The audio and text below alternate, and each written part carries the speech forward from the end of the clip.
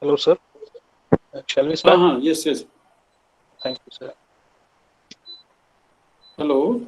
Yes, sir. Sajid. Yes, sir. We are starting now, sir. Dear participants, good afternoon. We welcome on behalf of the organizing committee. I welcome all of you in the seventh technical session of Atal Online FTP on Data Sciences, and the resource person is Professor DP Vidyarthi sir from Jawaharlal Nehru University, and we are fortunate enough to have sir with us in this session. And Professor D.P. Vidyarthi sir, Deo Prakash Vidyarthi sir is a professor in the School of Computer and System Sciences, Jawaharlal Nehru University, New Delhi, India. Vidyarthi sir has published more than 105 research papers in various international journals and transactions, including IEEE, Elsevier, Springer, Wiley, World Scientific, etc., and around 50 research papers in the proceedings of various peer-reviewed conferences in India and abroad. He has contributed many chapters and articles in various edited volumes and magazines. He is in the editorial board of few international journals and also in the reviewers panel of many international journals. Vidyarthi sir has co-authored 3 books.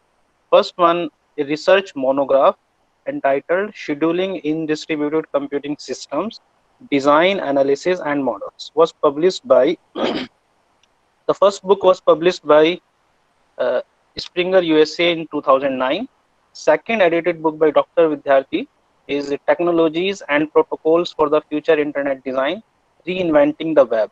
It is published by IGI Global USA, released in the year 2012. The third research monograph by Vidyarthi sir is Auction-Based Resource Provisioning in Cloud Computing, and it was published by Springer in the year 2018. Dr. Vidyarthi sir is the senior member of IEEE ACM, International Society of Research in Science and Technology, USA, Internet and International Association of Computer Science and Information Technology, Singapore, and also in International Association of Engineers.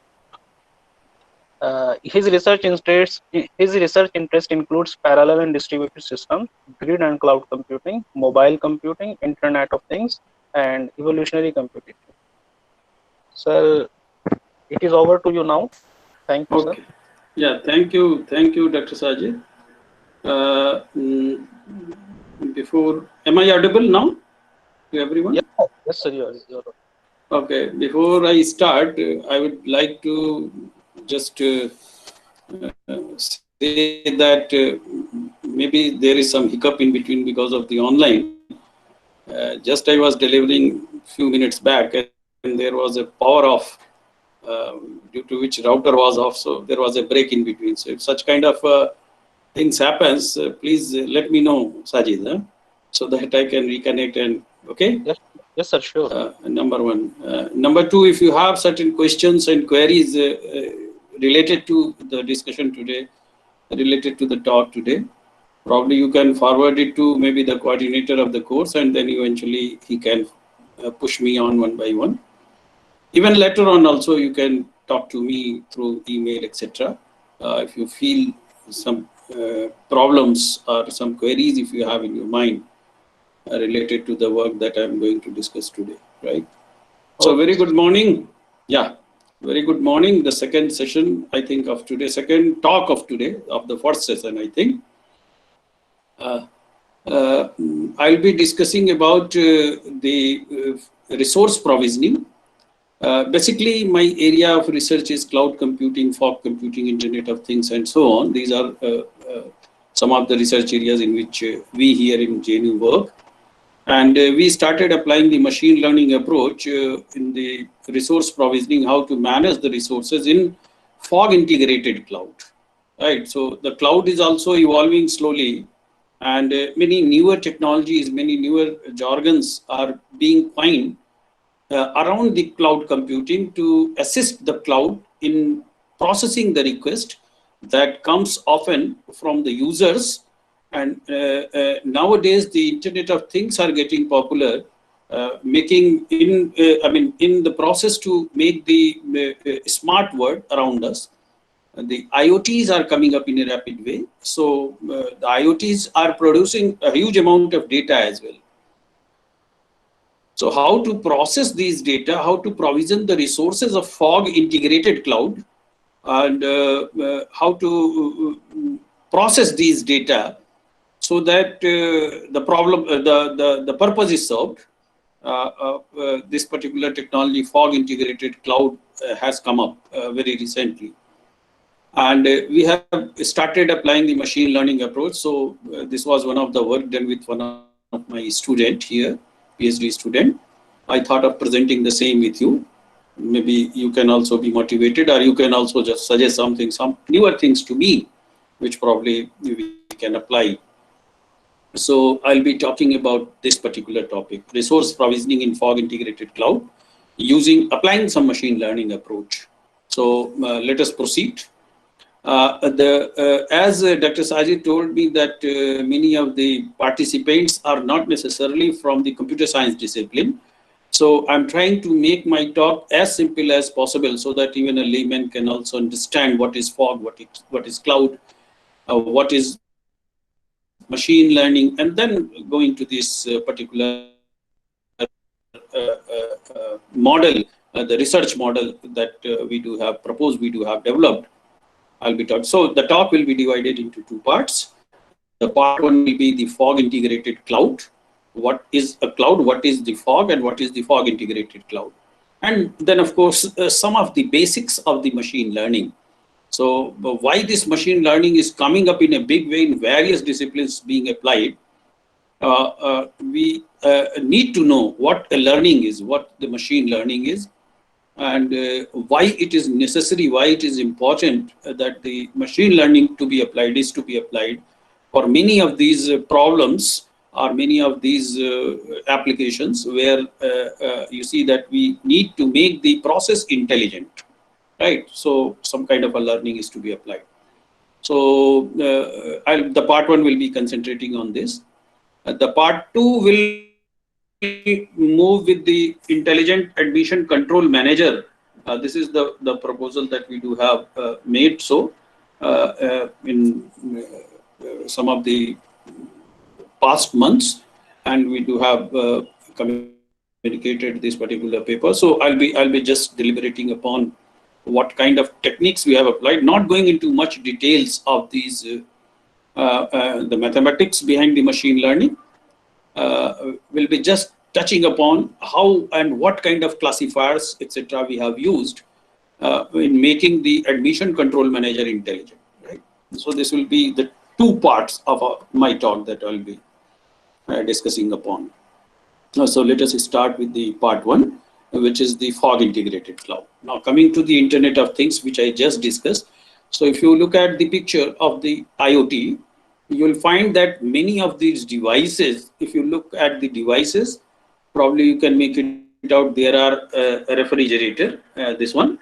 There are table lamp. There are bulbs, cooking utensils, and aeroplane, car, etc. Your mobile devices are already there. So all types of devices will be network equipped, and they will be on the internet connecting all these devices through the cloud. So it is a cloud. Cloud of what? Cloud of computing services, or cloud of various services. We can call it the cloud of various services. So it is a kind of a cloud which provides different types of services to its users. And what are the users? Users are now, let's say, frying pan. Users are aeroplane. Users are your computer set, car, your television set, your refrigerator, and so on. So all these devices are connecting through the internet to the cloud for processing their data. So you see that why the problem of the data processing is there, because a whole lot of devices are generating a bulk amount of data. And all these data, generated data, are going through the internet to the cloud.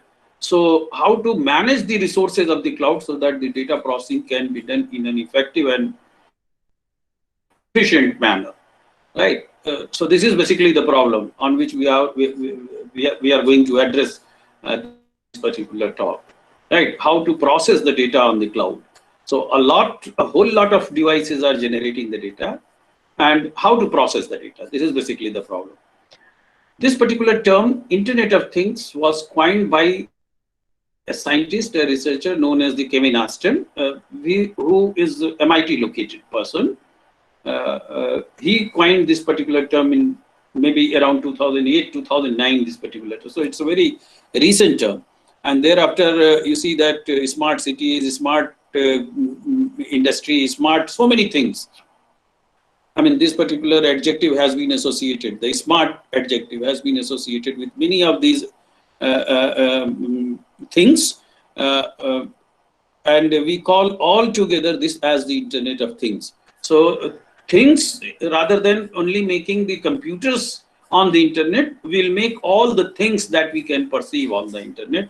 This is what basically the meaning of the Internet of Things. As I told you, it was around 2008, 2009, this particular term was coined by the Cisco.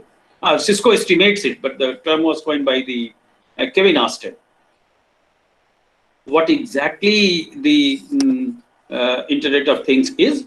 It says that the Internet of Things is the network of physical objects, devices, vehicles, buildings, and other items embedded with electronics. Embedded with electronics because it has to be on the internet.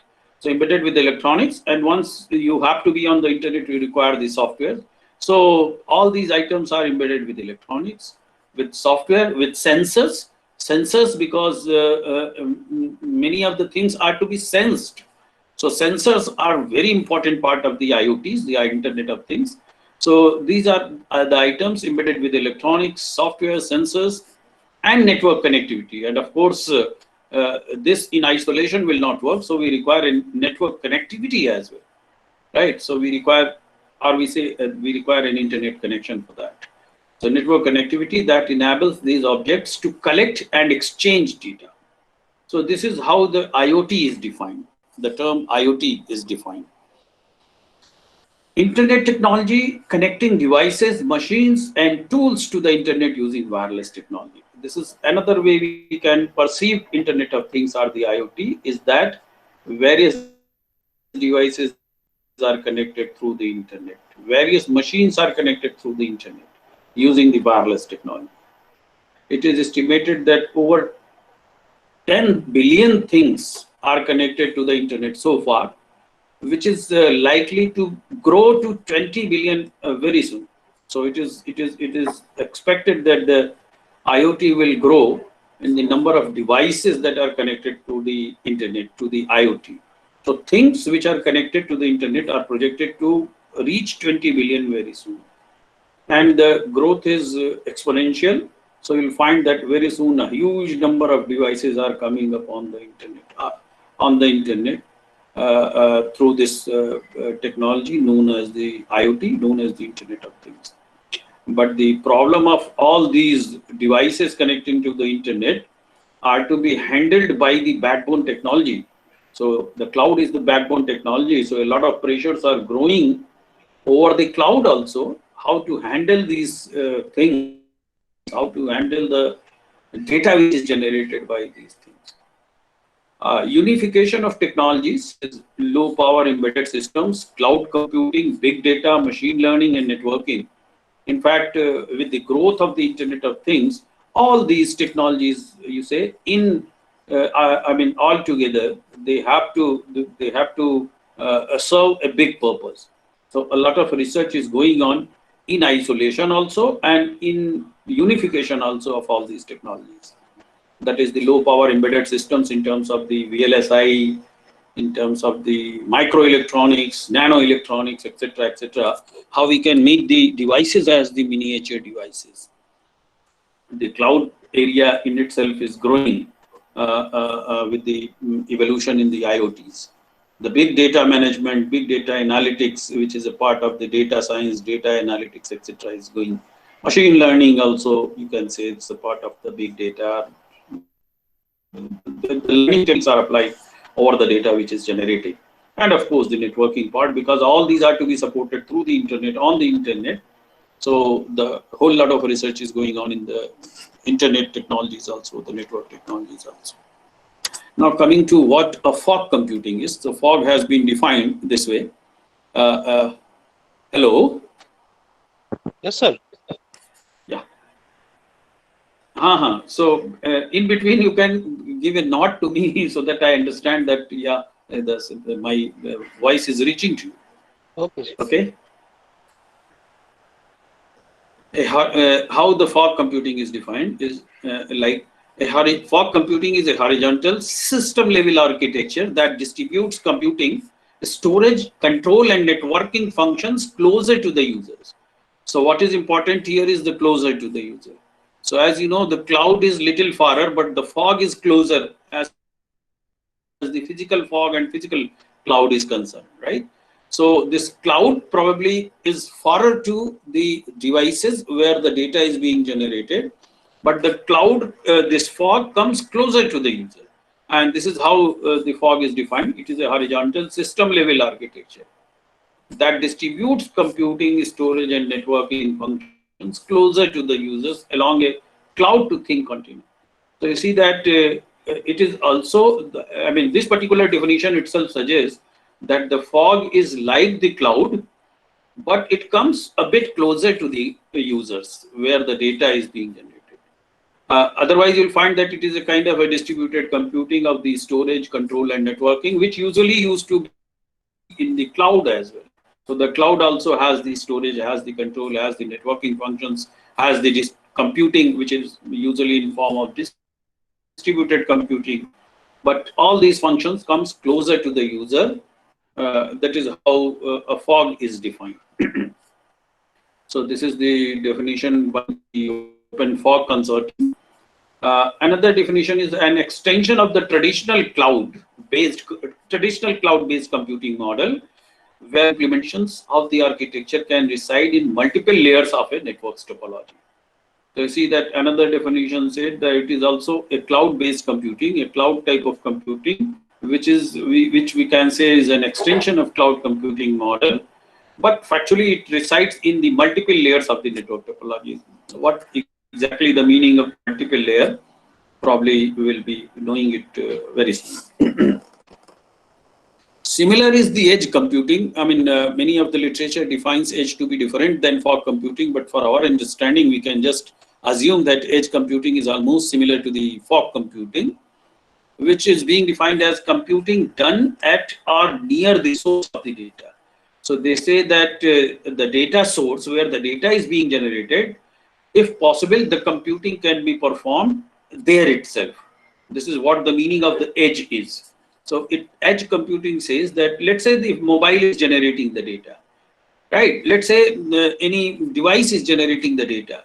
Probably the device is equipped with some of the processors, and then we can process the data there itself. That is what called as the edge computing. So computing done at or near the source of the data instead of relying on the cloud, right? Instead of relying on the cloud at one of a dozen data centers to do all the work. So what the edge computing says that instead of passing the data on the cloud for the computing purposes, if you can perform the computing at the source of the data at the device, which is at the data generation point, then this particular technology will be referred as the edge computing. And of course, it says that it doesn't mean the cloud will disappear, right? So if you have the processing capability at the edge, this won't allow the cloud to disappear altogether, because obviously the computing that will be at the edge of these devices or the edge of the network, probably the computing capability won't be as good as the cloud has the computing capability. So that is why for bigger processing, for larger processing, for larger storage, we do have to rely on the cloud. So you cannot throw away the cloud altogether because of the edge computing. And that is why you see that edge, fog, these all go along with the cloud computing. I mean, they cannot, it's difficult to work in isolation. It only means cloud is coming closer to you. So the edge or the fog means that the cloud means the computing, the storage is coming closer to you. Of course, some of the benefits of the fog and edge computing is the latency. Latency because we don't have to pass the data through the network. So the network delay will be minimized. So it has the benefit in the latency. It has the benefit in the privacy and security also, because you don't have to pass the data on the internet. Once you disclose your data on the internet, I mean, the privacy and security is somewhat compromised. Also, although a lot of technologies are coming up that ensures the data privacy and data security, but still you see that there are many breaches as well, right? And the another benefit is in terms of the bandwidth, because you see that as we discussed, the billions of devices are to come up with the Internet of Things. They will, in passing out the data from these devices to the cloud, will consume a whole lot of bandwidth. So there will be a benefit in the bandwidth also, if the data is not to be sent to the cloud, rather it is to be processed at the edge, at the fog devices itself. Altogether, if you look at this particular picture, the cloud, fog, and of course the edge devices, you'll find that we call usually the devices that transmit the data as the edge devices. Then somewhere in between the cloud and fog, I mean the devices that helps in passing the data to the cloud. Like if you look at this particular picture, you'll find that these are some kind of a router, bridges, etc., etc., that probably we use in passing the data to the cloud from the edge devices. So in fact, nowadays these devices are also equipped with the processing capacity, the good processing capacity rather. So these processing capacity of these devices can be used in processing the data which is generated by these devices. But as you know that the main function of these devices is not to process the data, rather to pass on the data, as they are working, as they are acting like router, etc. So they have their primary responsibility in passing the data. But as they have the processor, probably we can utilize these processor in processing the data as well. This is what exactly has been, thought of while using the fog devices. But as they do have to process the intermediate data, they are also limited in capacity, their processing capacity, because they are the intermediate devices, right? Then comes the cloud, where you have the huge processing capacity. And of course, these devices are meant to process the data, or they are meant to store the data, etc. So ultimately, if these devices are not able to handle the data generated by the edge devices, then probably this can be passed to the cloud for further processing, or maybe for huge processing, for large processing, as well as for the storage of these data, these applications, etc., etc. So you see that this way you can have we can just think of the different devices. Cloud, as you see that the pyramid is like this. So cloud devices are most equipped in terms of the computing and storage, but they are less in numbers. Let's say thousands of devices. Fog devices are a little lesser equipped than the cloud devices, but they are more than, the numbers are more than the cloud devices. And then of course these are the IoT data generating devices, which we call as the edge devices. These are, if you look at these devices, probably you'll be able to understand that these are actually the IoT devices. These are the like this table lamp, like this smart watch, which are generating a whole mobile phone, your mobile phone. So these are the edge devices, which are billions now. You'll see that the IoT devices has grown to the billions in the numbers. So you'll find that the billions of devices are generating the data. So they are mostly generating the data. The data is to be processed maybe here or here. Sometimes here also, as we discussed in the edge computing, right? So this is altogether the picture of the cloud, fog, and edge altogether. So let's say if the data is being generated at the edge devices, whether to process the data at the edge, or to process the data at the fog, or to process the cloud. For this, how the resource provisioning will be done, this is the basically problem that probably I am keen to address in this particular discussion, right? So this is about the fog integrated cloud, the IoTs. If you look at this particular picture, again you will find that here you have the IoT layer, number of devices generating the data. Here you have the fog devices. In various terms, you will find that the fog devices, fog nodes are there. And then, of course, the cloud devices, which are, if you look at these particular cloud devices, you'll find that they are the big servers, which has been divided in various domains. And that is why we call it as the distributed kind of computing. So here at the cloud. So all these are the domain of the distributed computing. So this particular picture, I hope that it clearly explains about the fog, about the IoT, and the cloud computing, the cloud devices. All right. Yes, sir. Is it okay, Sajid, so far? Yes, sir. It is okay, sir. We have 2 questions. Okay. So, If you allow, can we ask? now proceeding to. Okay. Right now you wish to. Okay, please. Sir, can you explain how fog computing is close to user than cloud computing? As I explained already, that normally we include the routers, bridges, etc. that are used probably for the different purposes, for making the network available to you, taking the routing decisions also, right? So as they are equipped with the processor, let's say base stations. Nowadays, base stations are equipped with the processors. So as they are already having the processors, so besides forwarding the data packets, they can be used for actual computing purposes also, right? And this way you can just find out that these are closer to the user. Cloud, as you already know, cloud is a almost saturated discipline nowadays. And we know that many of the services that we are getting on our mobile phone, many apps, those apps are being executed at the cloud. So clouds are being maintained by a number of service providers in terms of the big servers. And they are basically meant for the computing purposes only, not for routing purposes, not for the data forwarding, etc. etc. Right? Okay, sir. So we have one. Hello? Yes, sir. What is the difference between fog computing and Yes, computing please. in terms of data storage and security? This is from one of the parties. What is difference between fog and computing? Edge computing. So as I already deliberated, edge is these devices which are at the edge. That is why the name edge computing. Let's say mobile device.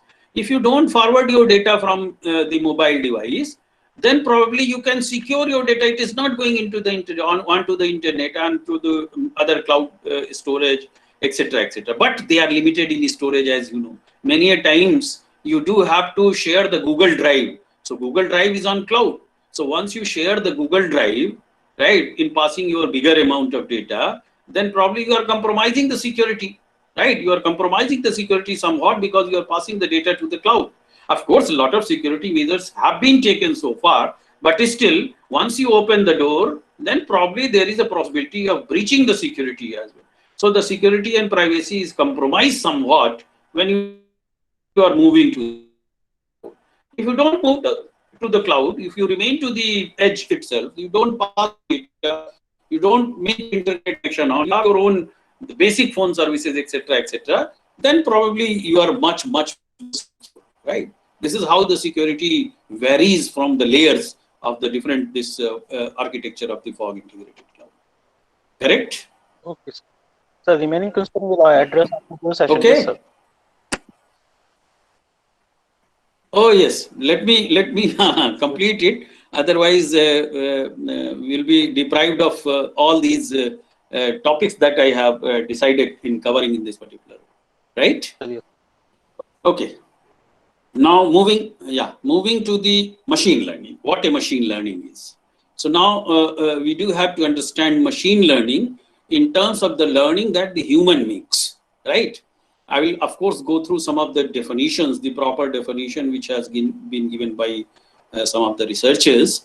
Like the Mitchell says, that machine learning is defined this way. It is a computer program is set to learn from experience E with respect to some class of task T and performance measure P.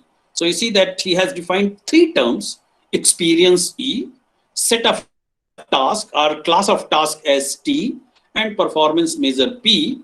if its performance at task T measured by P is the performance measure, measured by P improves with experience E.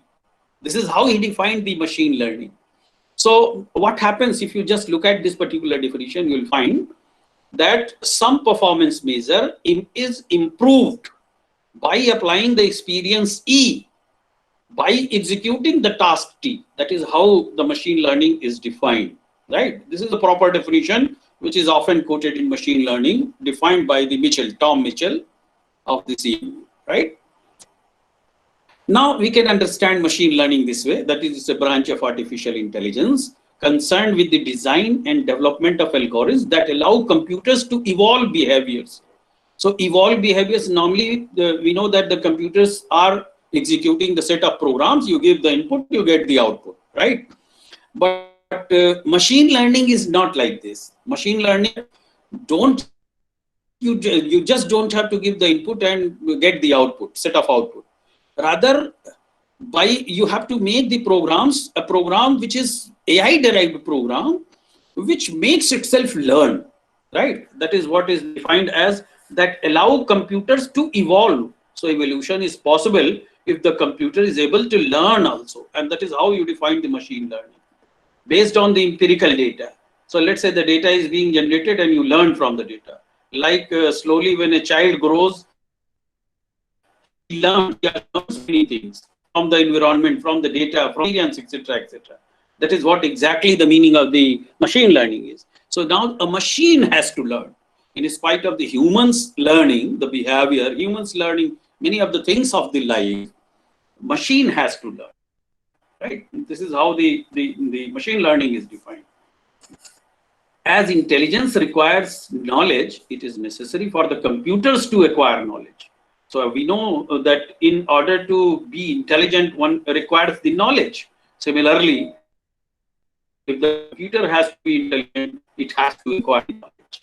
How far it has been successful, that is debatable. But of course, if one has to be computer intelligent, right? If one has to make the computer intelligent, then probably is necessary. It acquires the knowledge, and knowledge is acquired by the experience, knowledge is acquired by the learnings, etc.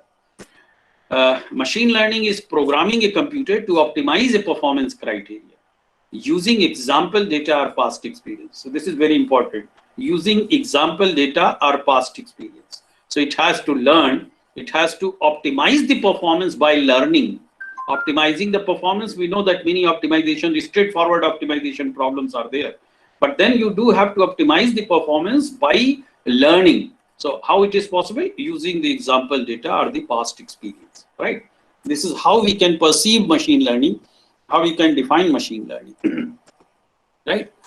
If you look at these two pictures, probably you can further make it out what a traditional programming is, that we discussed, that you pass the data and the program to a physical machine known as computer, right? So here the program is being executed, it takes the input data and it generates the output, some types of output, right? This is what the traditional programming is. But the machine learning is a bit different. What it does, you have a computer, you pass the data, you pass the program, and you pass the output as well.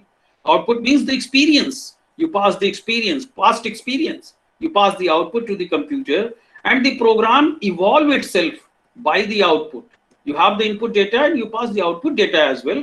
The program evolve itself and generates a new program, right? This is what we say that the computer has learned. The program is able to evolve itself. The computer has learned. This is how we define the machine learning, right? This is just in a crude term so that everybody can understand what a machine learning is. So it has to learn. The machine has to learn like the human learns. Why to learn? The question is why to learn. Of course, what we said as the traditional programming, here it doesn't have to learn. Like you have the payroll kind of a software where there is no need to learn. You pass the data and you get the output. You pass the number of employees, their basic salaries, their other allowances, etc., etc. And it generates the output, it calculates the payroll, it gives you the gross salary, the deductions, etc., etc. So it generates like that. So here there is no need to learn.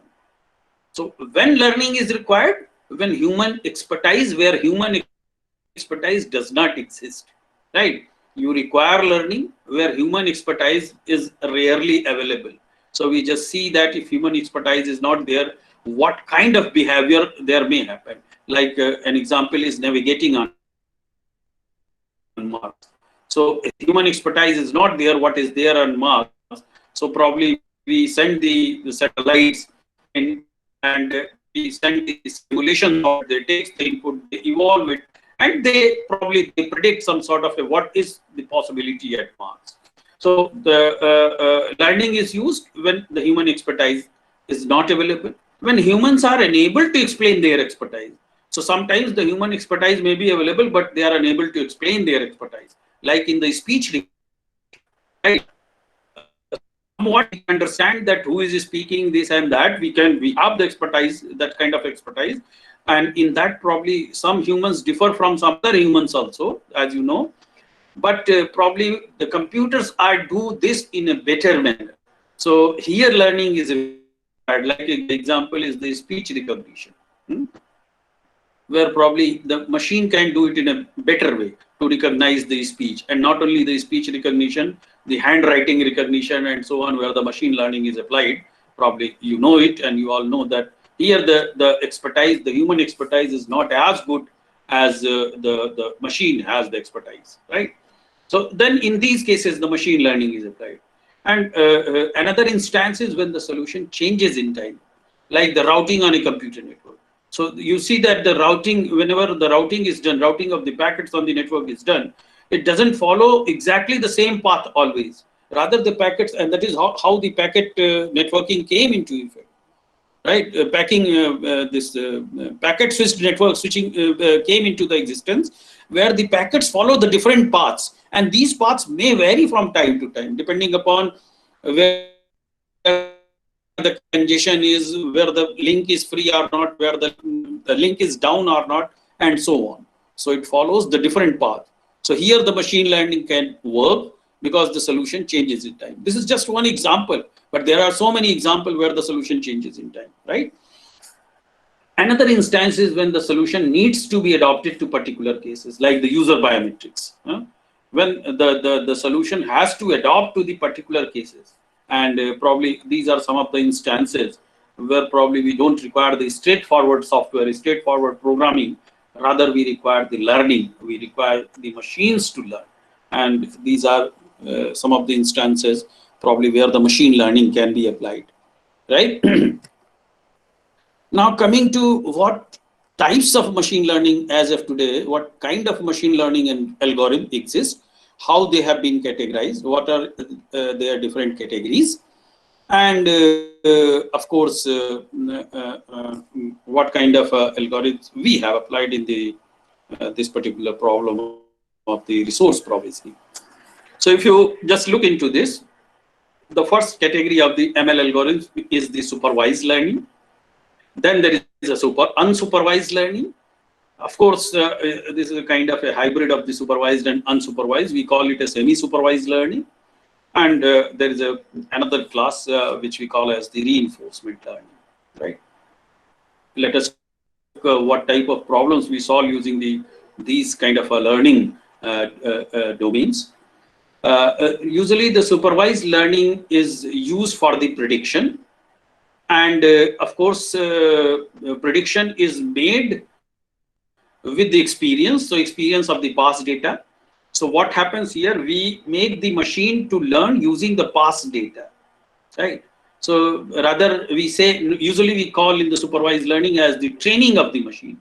So we train the machine with the past data, which is the labeled data, right? Labeled data means the data has been labeled, that this represents this represents this.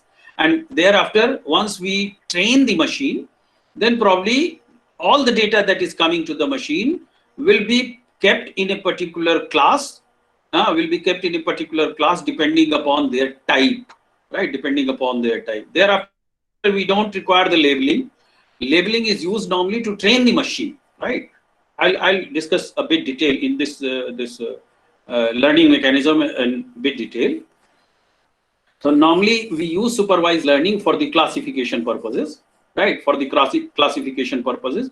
And when these labels are discrete labels, then we call it as the classification.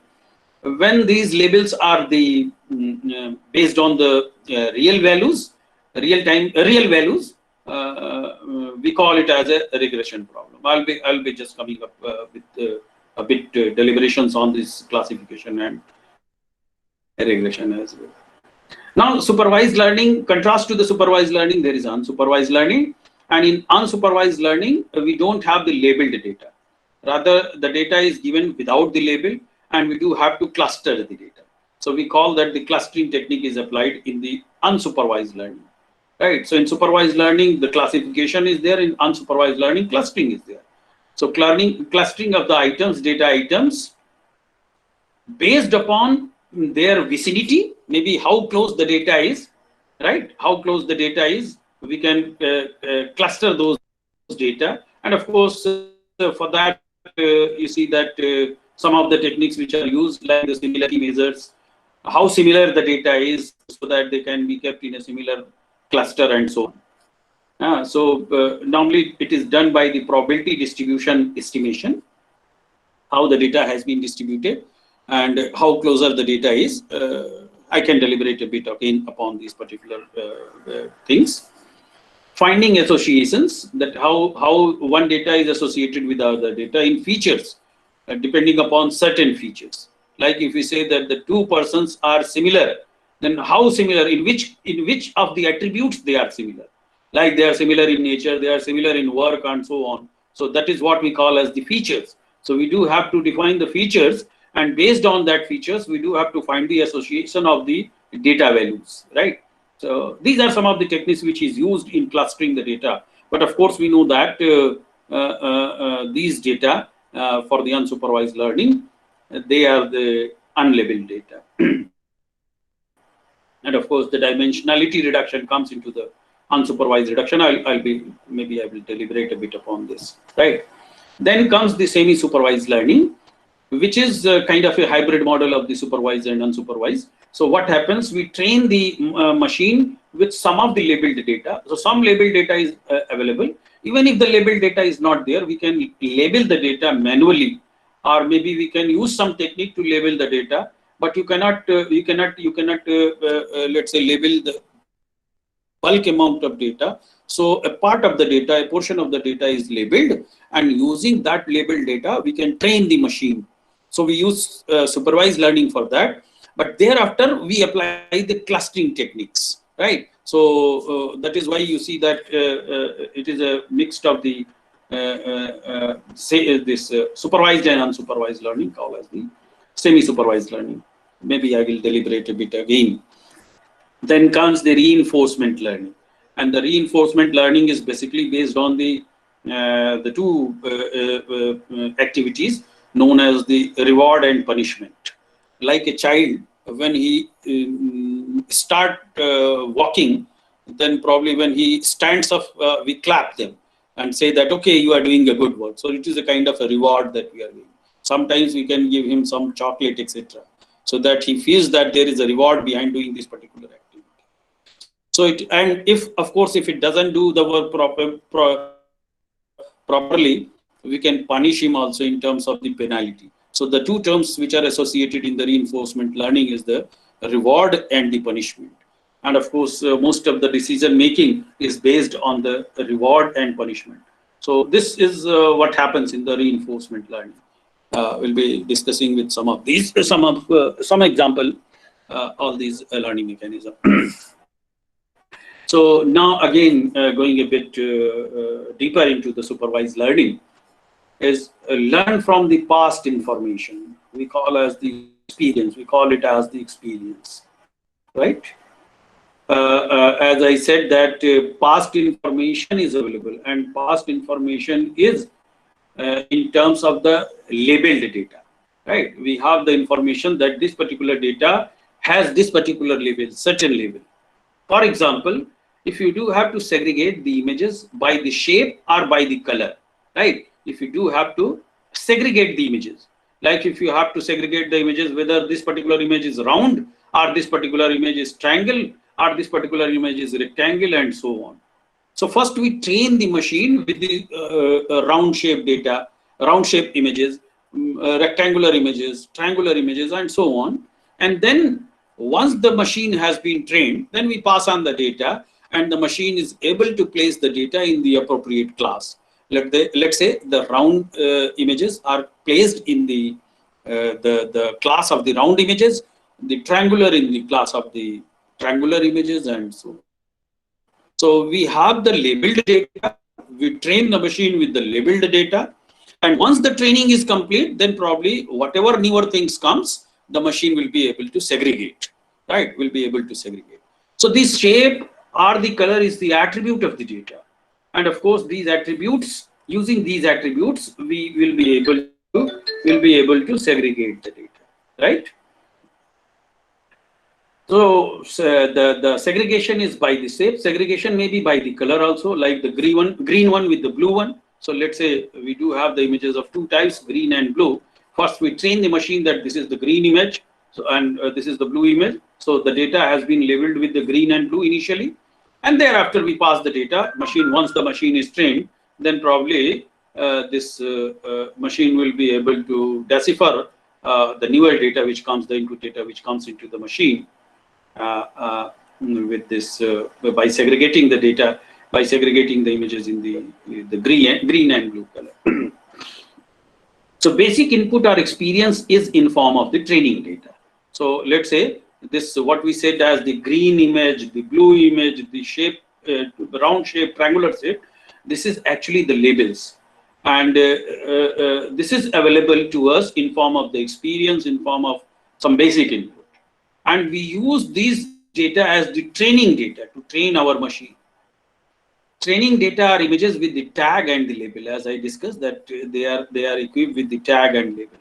And once we are able to train the machine with this tagged data, then probably thereafter we can make the prediction that what will be the new data, what type of data, what type of the image will be the incoming image, and like that. So the prediction is possible based on the training. And then classification is possible using the discrete labels. If you are training it with the discrete labels, then it is known as the classification. But in fact, if you are training it with the real values and we are predicting the real values, then it is known as the regression problem. So normally in the supervised learning, we do have the classification and the regression. If you look at this particular picture, you will find that how it works. You have the labeled training data. The machine is being trained here. We call it a supervised learning. And thereafter, after the training, we do have designed a model known as the prediction model. And thereafter, we apply the test data just to test whether our prediction is accurate or not. We apply it on the test data and make the prediction. Once we are able to know that the prediction is very good, with let's say least error margin, we say that our machine is trained, and thereafter we can float our machine into the market so that it can make the prediction that we are intended for, right? This is what the supervised learning is. Some of the regression algorithms, which is, regression algorithms are basically some of these methods which are applied for the regression. This is the least square method, and a linear regression is of the form y is equal to a plus bx kind of a thing, where x is the predictor variable and y is the target value. We are predicting y based on x, right? A and b are the two weights which are associated with it. So it's a kind of a linear regression model. I just have written it. You don't have. There are many kind of regression models. Probably those who are interested in machine learning or those who know about the machine learning knows all about all these. Some examples that probably we can look into are the retail forecasting, the sales prediction, what will be the prediction, what will be the sales in the coming months, and so on. And of course, based on these, many decisions are taken by the companies, by the organization, etc., etc. So these are some of the examples of the regression. So here you see sales is not in a discrete form, rather it is in some real values, and that is why we call it a regression kind of a problem, regression model. Retail forecasting, sales prediction, real estate prediction. What will be the price of the real estate in the coming months, in the coming weeks, in the coming days? And of course, there are many more, like the share market, etc., etc. these kind of regression algorithms are applied, right? The weather forecast, etc., are there that are applying the regression algorithms. Some of the standard supervised algorithms, I just have mentioned 3 and 3.6, but I have just written 3 and 3.6. But there are many standard supervised algorithms which are used nowadays in the machine learning for the supervised learning. Few which I discussed is the nav-based decision tree, and of course we have applied the decision tree algorithm for the resource provisioning problem. K nearest neighbor supervised learning, linear regression, logistic regression, and of course the support vector machine. As we know, right? Some examples that we can use: the predicting results of a game. What will be the result of a game? Maybe we can apply some machine learning algorithm to predict the result of a game. Predicting if a tumor is malign or benign. So this is also applied in the health domain also, just to predict based on the images, various images by which the machine is trained. Usually it is being applied in the machine, the image processing, mostly the medical image processing, where we see that whether this particular cell is malign or benign. So this way, I mean, whether the tumor is malign or benign by just looking at the picture, with the medical image. Predicting the price of a real estate, stock market, etc., etc. Classifying the emails. So classifying the email is also, I mean, for that also the classification algorithm can be applied, and of course we are able to predict whether it is a spam or non-spam. When predicting the categorical or nominal variable, it is a classification, and when predicting the real valued variable, it is the regression. So basically both are used, the classification and regression, just both are used for the prediction, but when it is on a categorical or some numerical values, nominal variable, discrete value, then it is known as the classification, and when it is on the real valued variable, it is known as the regression. Unsupervised learning is basically learning what normally happens.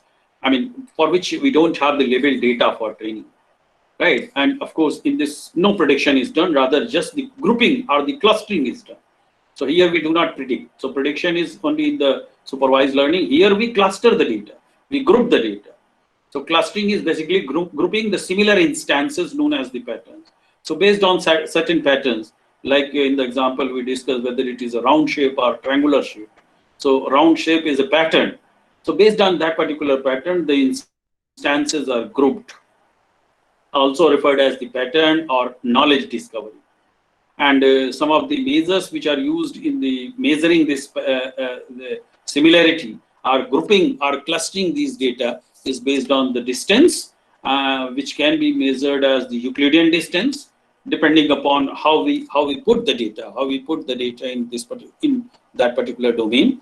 So based on the distance measure, based on the association analysis also, as we have discussed sometimes back, that the association is how closely that particular value is associated with the other value, right? Some of the example applications are customer segmentation in CRM, customer relationship management. The customers are segmented, are clusters, depending based on their association. Image compression, color quantization, we apply the unsupervised learning, and of course in bioinformatics also we do apply the unsupervised learning, right? Unsupervised learning goes like this: that you have the unlabeled data, right? You have the unlabeled, you are completely unaware of this data, and then depending upon their pattern, they are grouped together. So unsupervised learning model is applied, and then of course we are able to cluster the data, like all rectangular shape in one cluster, all circular shape, all elliptical shape in one, and all triangular shape in one. Like that we can cluster the data. It goes like this, that even we can apply some natural language processing also. This tool can be used in grouping the data and clustering the data. And thereafter, you see that we are able to segregate the data in different clusters. This is how the unsupervised learning works. Some standard unsupervised algorithm are k-means algorithm, which is most often applied in clustering the data. Of course, we apply the PCA, principal component analysis, self-organizing map also. a priori algorithm, DB scan. And for these, we do have the available software also nowadays, which can directly apply taking on your data.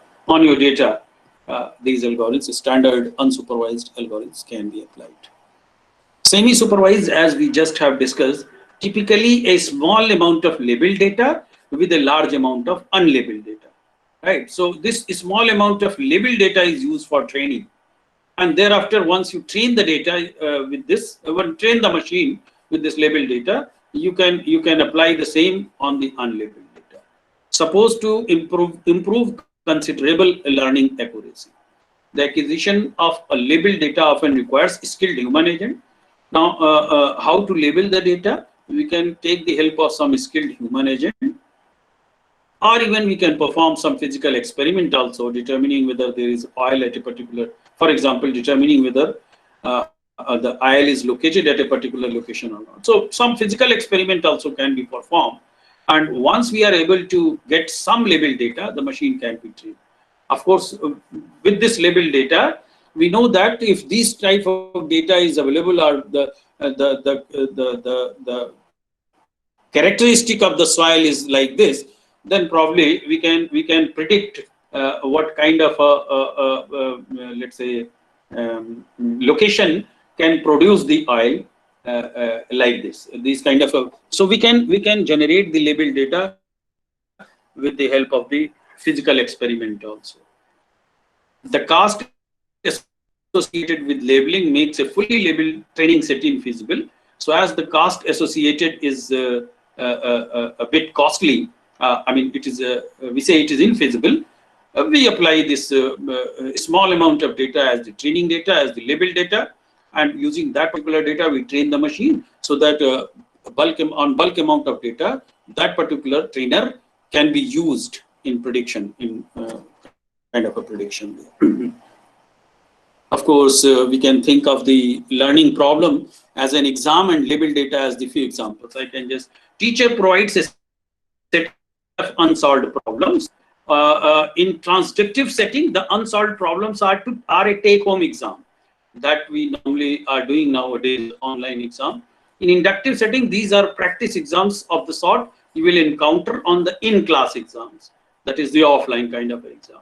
Right. So there are two types of semi-supervised: transductive and inductive. Transductive means if you take the example, the teacher provides a set of unsolved problems. So what he does, he gives you, he solves one or two problems of the exercise, so that we say that he is trying to train you with some labeled data, and thereafter he gives you many unsolved problems. These are unlabeled data, and on which you can apply your training skill that the teacher has used nowadays. The teacher has used. And in transductive learning or transductive setting, he says that, okay, you go to your house and solve these problems. In inductive settings, he gives you the problem immediately in the classroom and say you solve it, right?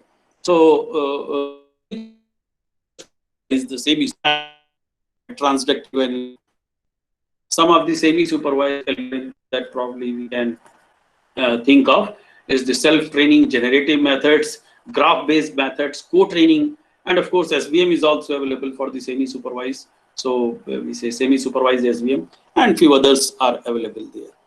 Now coming to the reinforcement algorithm, reinforcement learning, I will quickly pass browse through it. As I already have deliberated, what action should an agent take in a particular situation? So what is trained, what kind of a learning is done here, that in a particular situation, what action is to be taken, right? And we do the utility estimation by estimating how good is that particular state is. Like in robotics training, right? We train the robot with some of the policies, and thereafter we estimate that how able the robot is in moving from one state to another state. We call it as this as the utility estimation. No supervised output but delayed reward. Credit assignment problem. Of course, we can say that this particular problem, or the best example is the child, the way the child learns. in evolving himself. And some of the applications is the game playing and a robot in a maze. This is a game probably you are, and many in the game, many of the games nowadays, online games, this reinforcement learning is applied. If you look at this particular picture, you'll find that this is the agent and this is the environment. So agent takes the actions and either it is rewarded. So reward includes the punishment as well. So it's rewarded and the observation is done. So this is the kind of a reinforcement learning. The best example is the self-driving cars, like the robot. Self-driving cars means the driver is not available. So depending upon various conditions, the car has to take actions. Depending upon the traffic condition, road condition, weather condition, and so on, it has to take action, whether to turn left, whether to accelerate, de-accelerate, and so on. So this is a kind of a reinforcement learning which is applied. Some of the algorithm of the reinforcement learning is the Q-learning and SARSA. These are some of the algorithms available for the reinforcement learning. And this completes the part one. So I hope that though I am a bit faster in making my this particular discussion, so this completes the part one. So maybe half an hour I'll complete the part two. So is that okay? And is this understandable? Yes, sir. Yes, sir.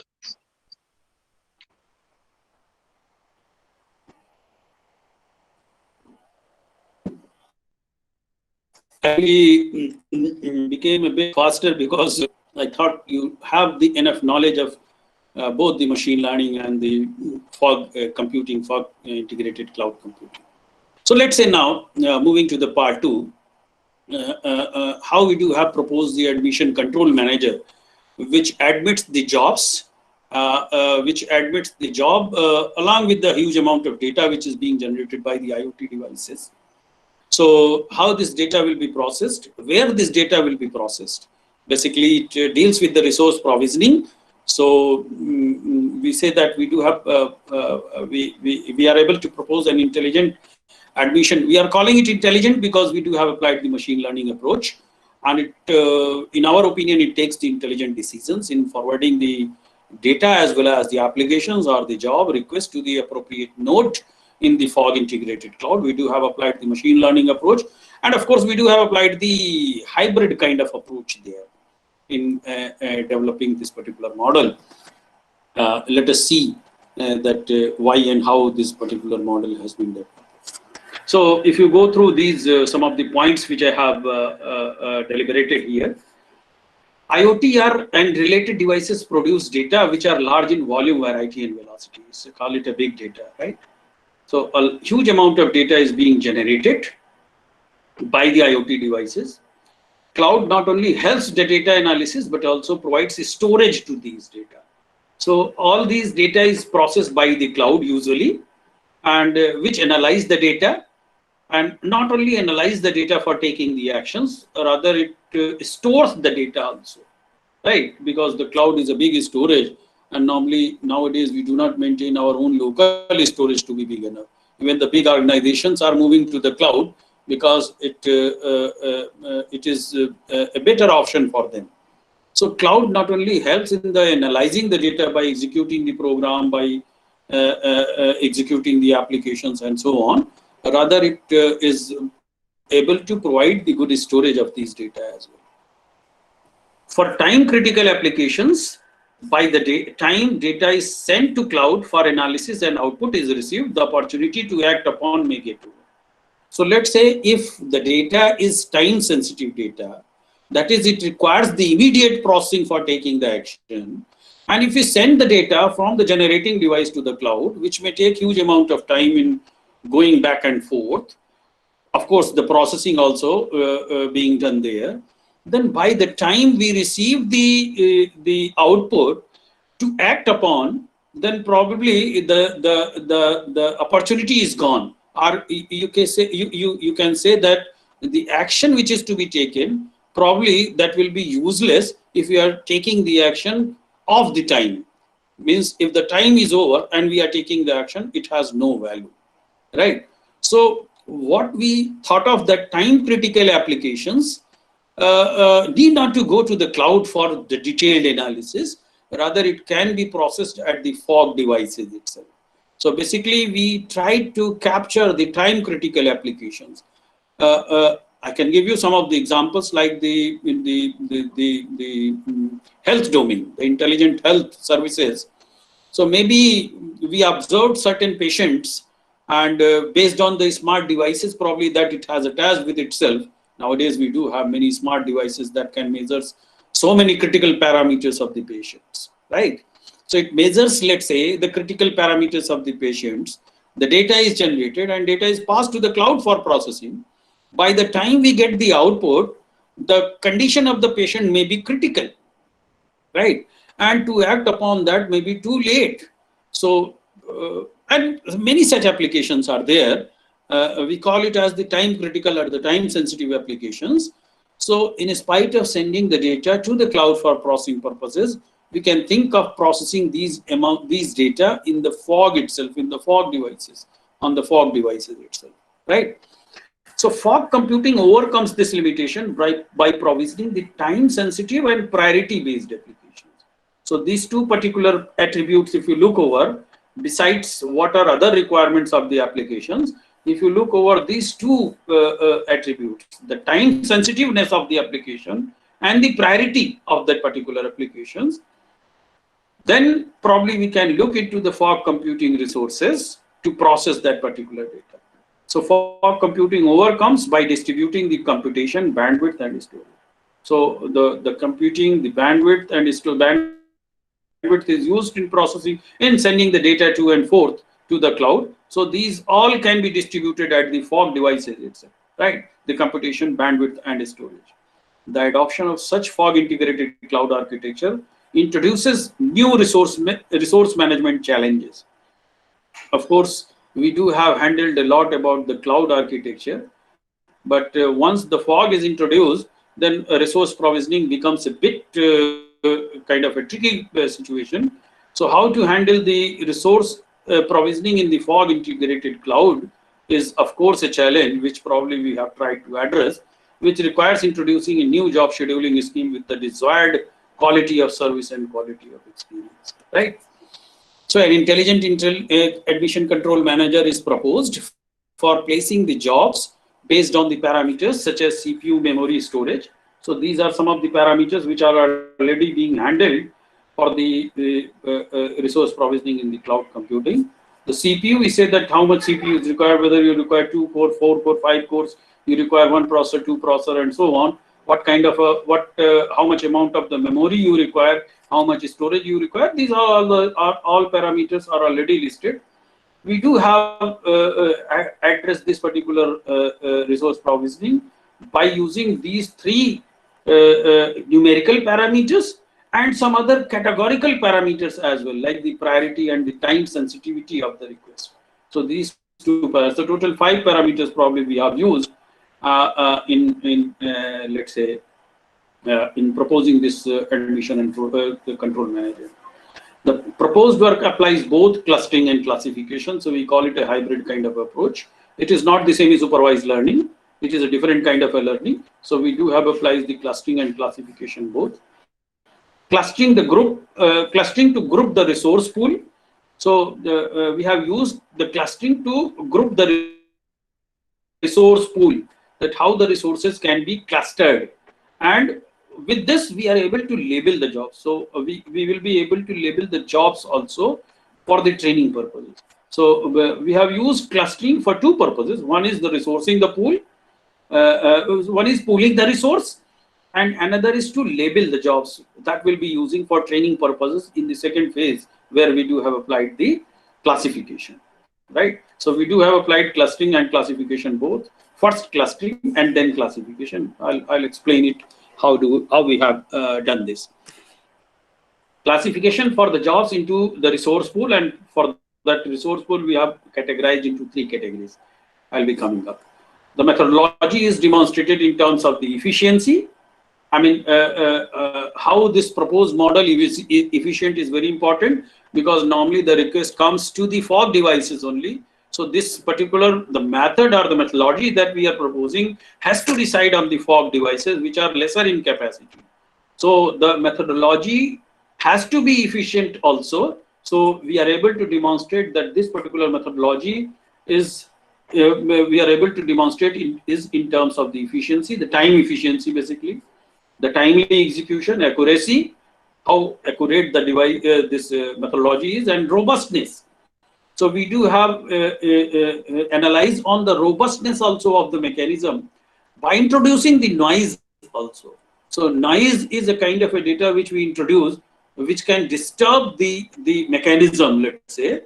So we do have introduced even the noise also to see how disturbed the methodology is or the proposed algorithm is with the introduction of the noise.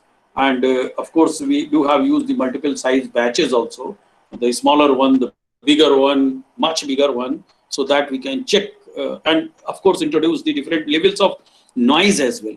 We have used 5%, 10%, and 20% noise levels so that we can check how robust the proposed method is, the proposed model is.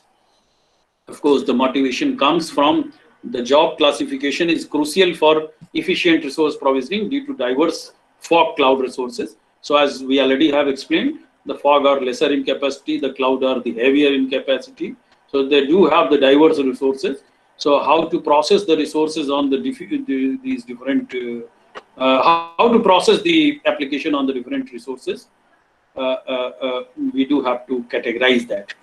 With precise classification, the mapping of task request with available computing resources results in optimal provisioning. To cope with the specific features of fog integrated cloud, we have used efficient classification, and which is very essential. So we'll be letting you know that the proposed mechanism or the proposed classifier that we have used in terms of the decision tree classifier, how good that decision tree classifier is. And as I discussed, the placement technique in particular must be light and efficient because it has to be executed on the cloud node, on the fog nodes. So their own placement has to be on the fog, so it should be light, it should be lightweighted, it should be efficient. So our placement technique, our proposed mechanism is light enough that we do have. The highlights of the model can be elaborated in terms of the grouping the physical request parameter using clustering for effective computing groups. So what we have used the clustering for the effective, making the computing groups as the effective. Use the standard technique to convert unlabeled data into labeled one. So unlabeled data has been converted. We have proposed the intelligent admission control manager to act on IoT request in a time critical manner. The quick analysis of request parameters, including time sensitivity and priority of job. So we do have included the two additional parameters, which is the time sensitivity and the priority of jobs, in training the classifiers, in training our classifiers, and not only that, in grouping in clustering the resource pool also. To process the time sensitive jobs onto the nearest node instead of sending it to the cloud to avoid network delay and degradation. That was the basic objective, that was the sole objective of our proposed method. And of course, for further analysis, it may be forwarded to the cloud. I'll be coming to the framework also of the proposed method. For clustering, we have applied the k-means. We have applied the k-means clustering. Of course, one k-means is a popular algorithm for the clustering purposes, and we do have used that. Those who are interested in knowing the k-means, they can go through. It's available, hugely available in literature. How the k-means works. I'm not going to deliberate the k-means here.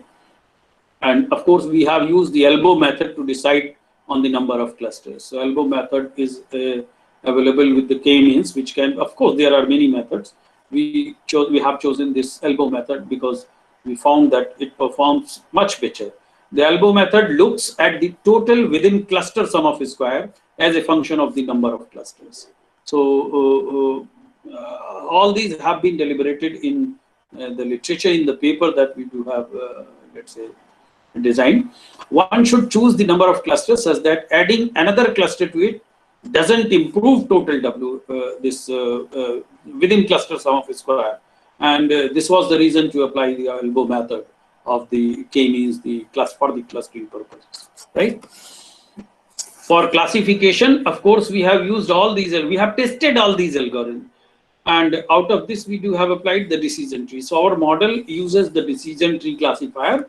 But of course, for comparison purpose, we have tested this particular resource mechanism, resource provisioning mechanism on the NAP-based classifier, on the linear regression and logistic regression, the deep learning and ANN. So it becomes too heavy when you apply the. And of course, I will come up with some of the results that we are able to let's say locate.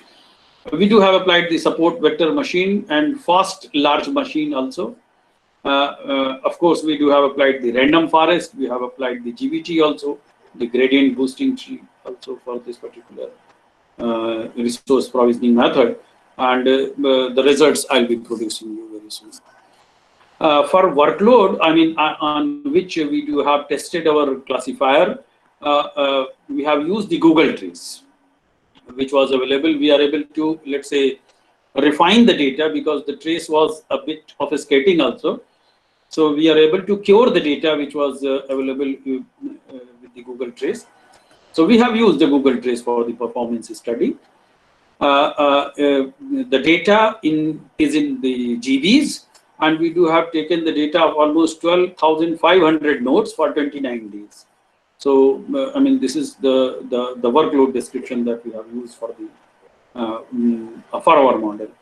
The trace consists of over 25 million tasks belonging to approximately 930 users. So these are some of the statistics that we do have taken in extracting the data. 3 batches of jobs of different sizes as request may come into varied size in heterogeneous environment, we do have considered. Like we do have considered the batch of 300 requests. This is the batch 1. Another batch 2 is consisting of the 1000 requests, and the third batch is comprised of the 3500 requests. The proposed work is something like this. If you just look into this particular picture, you will be able to make it out. Here you see that these are the devices, right? These are the IoT devices which are generating the data. The data comes here from, and the application has to be executed on either of the node along with the data which is being produced by the IoT devices, right? So this is the nearest fog node on which the data can be processed. So we do consider the time sensitive data to be processed on the nearest fog node. And if the immediate action is required, then probably the immediate action needed can be passed to the IoT devices or the edge devices where the action is to be taken, right? You see that from this itself, some of the data, which of course not lesser time sensitive, can be passed to the aggregated fog node. So the second category of the nodes that we do have generated is the aggregated fog node, which is not as nearer or as in capacity as the nearest fog node. So it is bit larger in capacity than the aggregated, than the nearest fog node.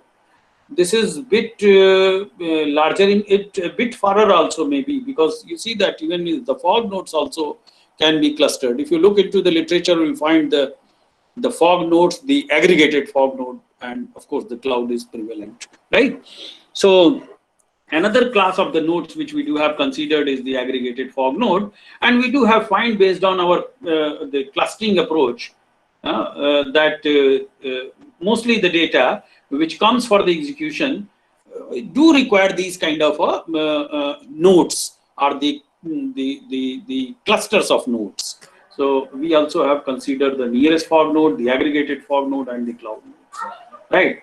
So less time sensitive data is passed to the aggregated fog node, and of course here from the action can be passed to this.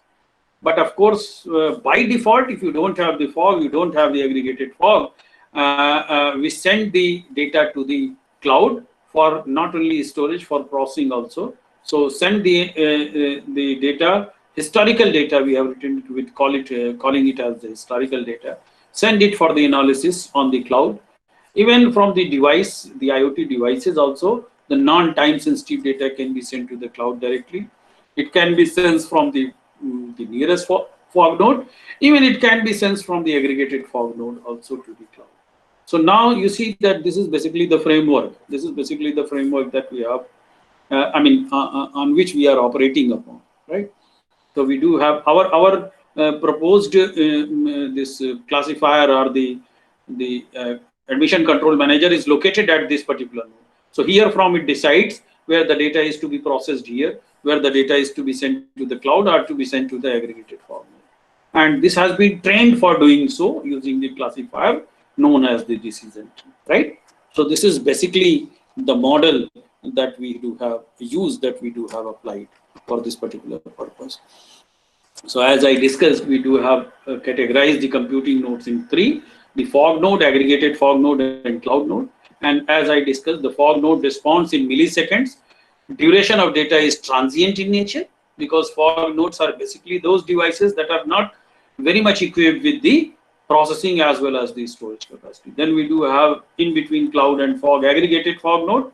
Response time and duration of data storage is short. Additionally, the geographical proximity is local but wider. I mean, if you wish to know about the aggregated fog node, you can look in the literature, you will find it. And then, of course, you know about the cloud node, and we basically use for the delay tolerant jobs, which is often low priority jobs. And every time users may not process application on fog or cloud. Sometimes, due to various pricing limitations, also the data may not be processed at the fog and the cloud, right? Then ultimately, by default, it has to be sent to the cloud. So this way, we are able to classify the computing nodes, or we are able to cluster the computing nodes in three classes, into three categories. Of course, our admission control node manager is in fact the layered architecture. Requests are prioritized and categorized based on the following: time sensitive and highest scheduling class has been given the first priority.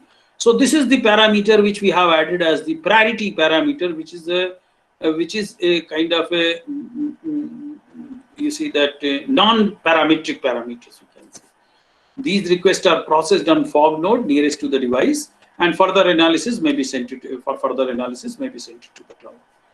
Application with some tolerance is given next priority. So we are able to even define the priority also, various levels of the priority.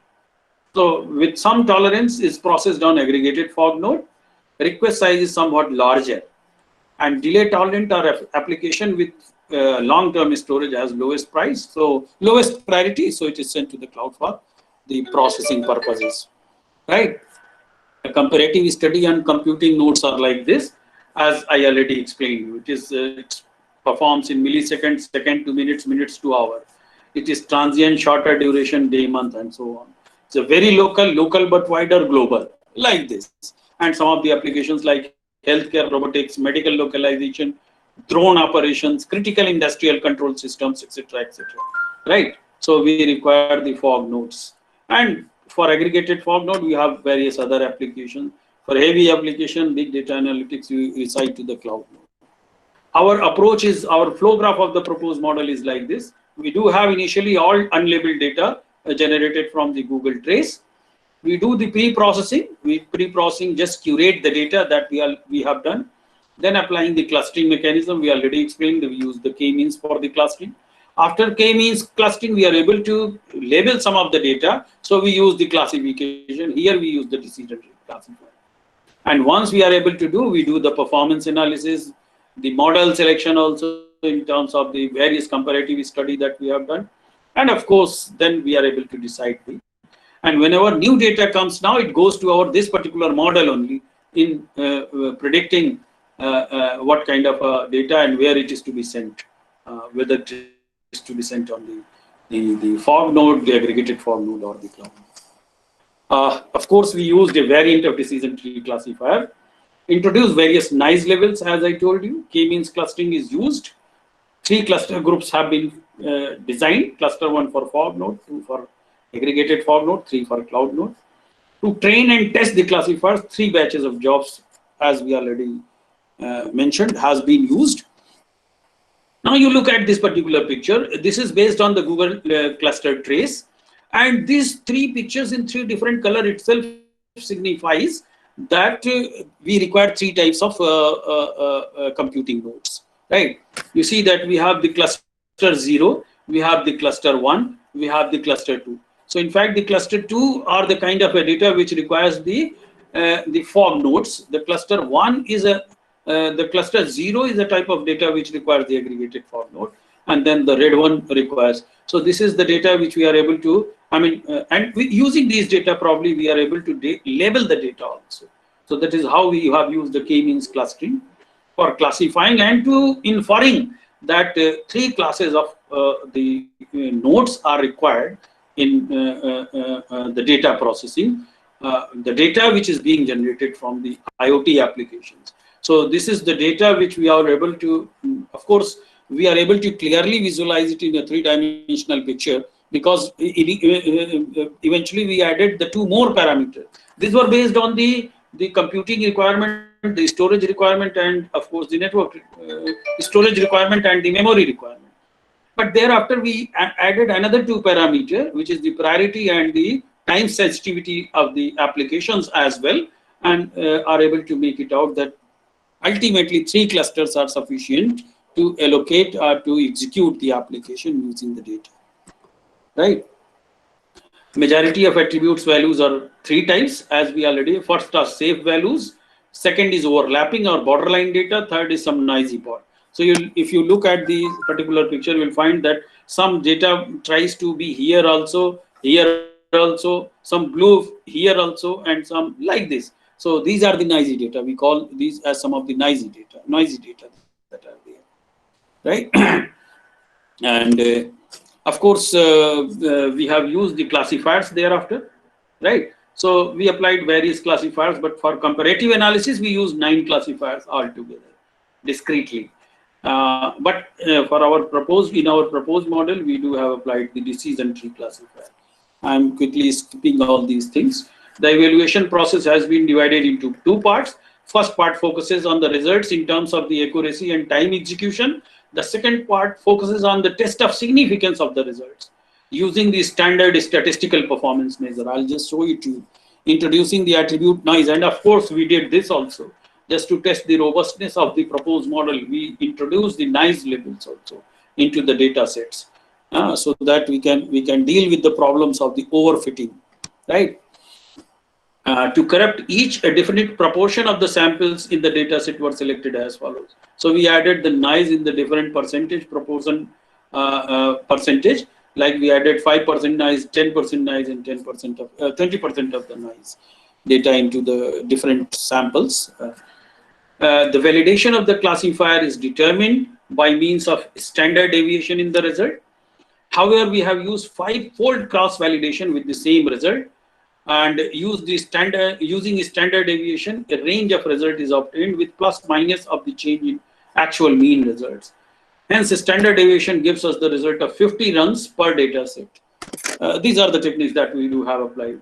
So here you'll find that all these classifiers, total 9, I think, total 9, in which our the decision tree classifiers for the average classification accuracy, you will find with the various noise levels, we are able to test this particular the proposed method with the other classifiers. So we do have tested the accuracy, we do have tested the execution time also in milliseconds, right? And you will find more or less the decision tree where it is in blue color one. You will find the blue color one is the decision tree. You will find that by introducing the noise also, the execution time is lesser in using the decision tree classifier in comparison with other classifiers. With the batch one, size batch one, here you will find some, and that we are able to explain why it is coming through. In the batch 2 also, more or less same type of. So batch 2 is of more number of jobs for the accuracy as well as the execution time. And then of course the batch 3 also getting the pictures like this, and you will find that when you increase the number of jobs by introducing the noise levels, the execution time, other classifiers they execute their model taking a huge amount of time, so makes them infeasible for their own storage in the fog nodes. But our proposed one has much better, and we are able to see variation in accuracy also on the 3 different batch size jobs that we do have considered. So batch size 1, the change of accuracy In standard deviation comes like this, for batch size 2 like this, and batch size 3 like this. You'll find the blue line only. Just look at the blue line, which is the proposed model. Variation in time execution also, you'll find that we are able to measure using this particular standard deviation method. Of course, final comparative study of classifiers have been performed, and we are able to find how better the decision tree classifier is. So you see that decision tree is like this. So it is fast in the prediction speed, low in the memory uses, low in the training time, and low in the dispersion inaccuracy as well. And this way, I conclude my talk. In which we proposed admission control and an intelligent admission control manager to identify the source request and place the request to the appropriate computing node. We have applied the machine learning algorithms for resource management in fog integrated cloud computing. We use k-means for clustering, and of course we use decision tree for the classification purposes. Use the Google Trace, as I already explained you. And here I stop and say thanks to you. And now if you have some questions, you can put it on. You can put forward. We can, I think I just finished in 1.5 hour time. So I think you can ask some queries if you have. You can forward it to me, right? Okay, thank you, sir. So much. Thank you for the informative session, sir. We have some questions to put, sir. Yes, please. What are the fog nodes actually, and the difference between fog nodes and cloud server in terms of functionality? I already explained in earlier one, which you asked. Cloud nodes, and I have mentioned thereafter in some of the comparative this table also. Cloud nodes are, you can just think of this like the cache memory and the main memory, right? Just have the analogy of the cache memory and the main memory. So normally you don't keep everything in the cache memory, right? You keep you keep the your things in the main memory, or you can say the cache memory, main memory, and the permanent storage. You can have these three levels or the three layers of the storage, right? So cache memory for faster execution, main memory for execution, and of course this one, the storage for the permanent storage. Here you see that the cloud are basically having the powerful computing nodes, powerful servers, powerful storage, etc., etc. But the fog nodes are less in computing capability, less in storage, and all these things, right? So this is basically the difference between the fog nodes and the cloud nodes, right? We have another question from participant. What all services are provided at fog nodes in addition to processing? In addition to processing.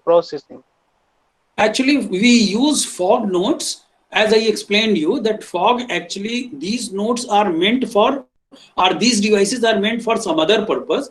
But as they have the processing capability, it was thought upon that why can't we use these devices for the processing purpose also, right? So we use those fog devices for computing, and as I told you that they are less in memory, so they have the transient storage only.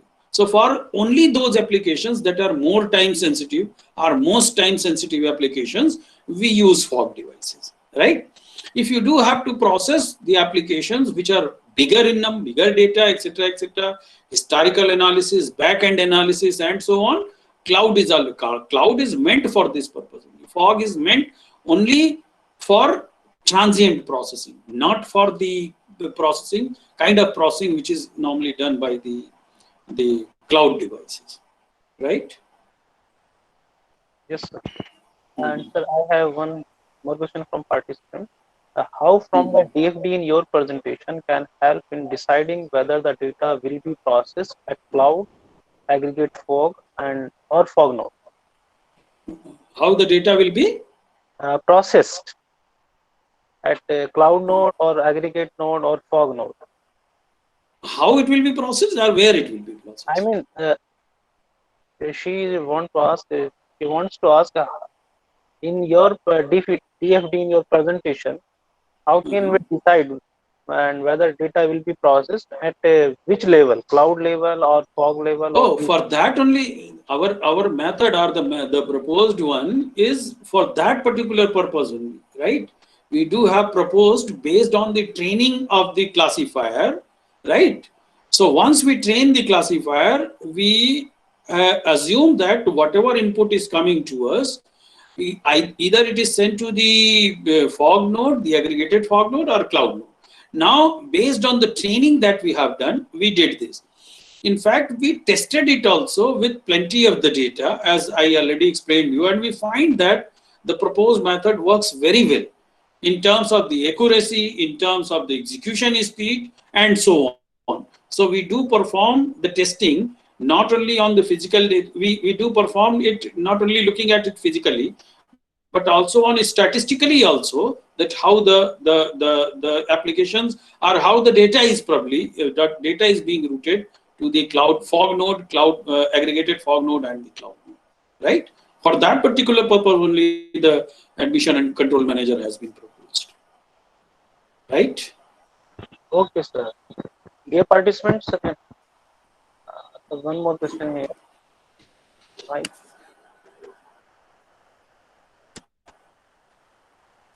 Okay, sir. There are no more questions. Thank you, Okay, sir. Thank you for okay. a If you're, if, mobile yeah, session, and okay, we will have more session in near future. Thank you. yeah, sure. If you don't have any more questions, thank you very much. Thanks a lot for your patience hearing. 1.5 hour probably it took me to present the things, and it took you to listen the things, right? So thanks a lot. Thank you so much. Hopefully we'll see you sometimes in future. Namaskar. Thank you. Um, Dear participants, now we have another next session on 2:30 p.m. and you are requested to join at 2:25 p.m. Thank you all of you. Now all of you can leave.